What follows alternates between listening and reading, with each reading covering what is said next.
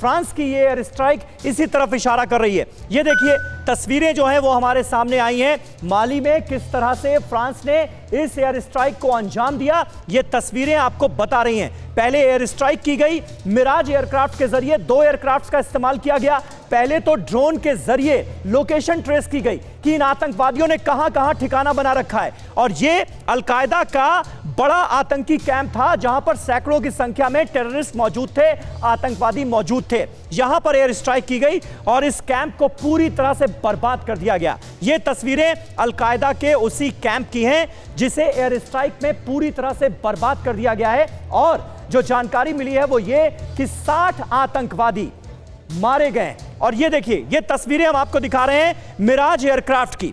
2 Miraj aircraft का सहारा लिया गया है, उनके जरिए इस एयर स्ट्राइक को अंजाम दिया गया है। ड्रोन कैमरों के जरिए लोकेशन ट्रेस की गई और उसके बाद 2 मिराज एयरक्राफ्ट, ऐसे ही 2 मिराज एयरक्राफ्ट इस्तेमाल किए गए इस ऑपरेशन को अंजाम देने में। बहुत मुश्किल ऑपरेशन था लेकिन बड़ी सफलता हासिल हुई है फ्रांस को और 60 आतंकी मारे गए हैं।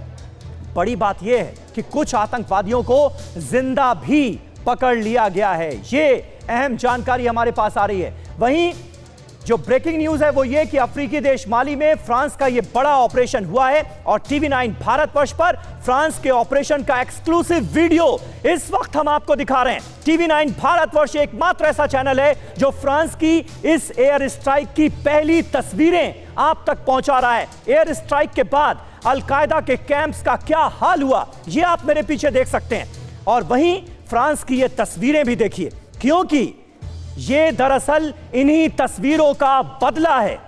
फ्रांस में एक के बाद एक 4 हमले होते हैं। कट्टरवादी आतंकवादी जो हैं वो एक के बाद एक हमलों को अंजाम देते हैं और 30 अक्टूबर को फ्रांस की तरफ से अलकायदा के ठिकानों पर जोरदार हमला बोला जाता है, एयर स्ट्राइक की जाती है और 4 के बदले 60 सिर कलम कर दिए जाते हैं। 60 आतंकवादियों को ढेर कर दिया जाता है और कुछ आतंकवादियों को गिरफ्त में भी लिया गया है।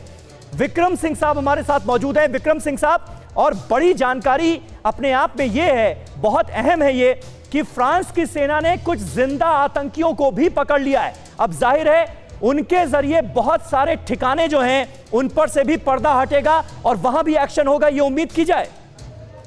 बिल्कुल समीर साहब, और इसमें चूंकि अंतरराष्ट्रीय कोऑपरेशन की जरूरत पड़ेगी, सिर्फ फ्रेंच इंटेलिजेंस नहीं, MI5 रशियन इंटेलिजेंस, CIA और इसके अलावा हमारी इंटेलिजेंस, सभी सिस्टर एजेंसीज मिल करके इनसे पूछताछ करें कि इनके लॉन्ग टर्म प्लान्स क्या है, इनकी रसद और बारूद कहां से आती है, इनकी फंडिंग कहां से होती है, कौन इनके मददगार हैं और किसको ये इनकी अग्रिम 5 साल की योजना क्या है। अगर मैं आपका ध्यान आकृष्ट करूं, प्रोफेसर जेसिका स्टर्न की किताब है ISIS, उसमें यह खुला खुलासा कि इनका एक शॉर्ट टर्म प्लान है, एक लॉन्ग टर्म प्लान है। और लॉन्ग टर्म प्लान के अंतर्गत ये जानना इनसे जो जिंदा पकड़े गए हैं बहुत जरूरी है कि लॉन्ग टर्म प्लान के अंतर्गत ये कहां से अपने लॉन्चिंग पैड, कहां ट्रेनिंग ग्राउंड्स, किन जगहों पर ये इस तरीके के स्लीपर सेल तैयार करने की इनकी अग्रिम योजना थी। उसके आधार पर प्रिकॉशंस और प्रिकॉशनरी और प्रिवेंटिव मेजर्स उन देशों को, स्थानों को लेना ही पड़ेगा, क्योंकि ऐसी मिसाल ढूंढना मुश्किल है समीर साहब जिसमें technology, drone technology, aviation technology, ground forces ने मिल करके कार्रवाई की हो और इतनी बड़ी कामयाबी ली हो। मैं समझता हूं इससे ज्यादा कामयाब प्रयोग, एक्सपेरिमेंट